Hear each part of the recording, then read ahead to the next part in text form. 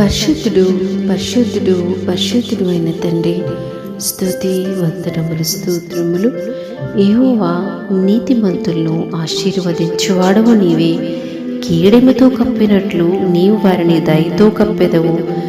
కావున నీ నామమును ప్రేమించువారు నిన్ను గూర్చి ఉల్లసింతురు.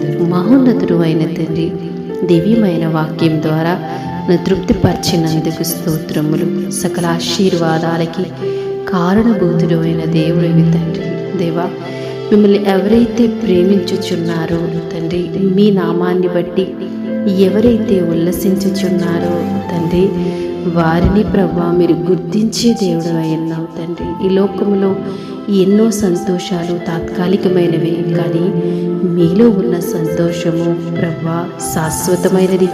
అది గమనించిన వారే, అది గుర్తించిన వారే తండ్రి మీ నామాన్ని బట్టి ఉల్లసిస్తారు, ఆనందిస్తారు తండ్రి. ఎవరైతే మీ నామాన్ని ప్రేమించుచున్నారో, ఎవరైతే మీ నామాన్ని ప్రభువానైనా ఘనపరచుచున్నారో, వారికి, వారి బిడ్డలకి, వారి తరతరాలకి ప్రభువానైనా మీరు తండ్రి నాయన నిత్యమైన ఆశీర్వాదము, శాశ్వతమైనటువంటి నీ కృపనిచ్చే దేవుడు అయి ఉన్నావు తండ్రి.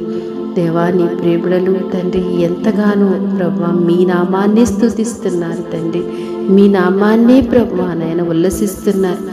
మీ నామంలోనే వారు ప్రభువా నాయన పరిపూర్ణమైన ఆనందాన్ని పొందుకొని చుండగా వారికి ఉన్న ప్రతి పరిస్థితిని మీరు మార్చండి.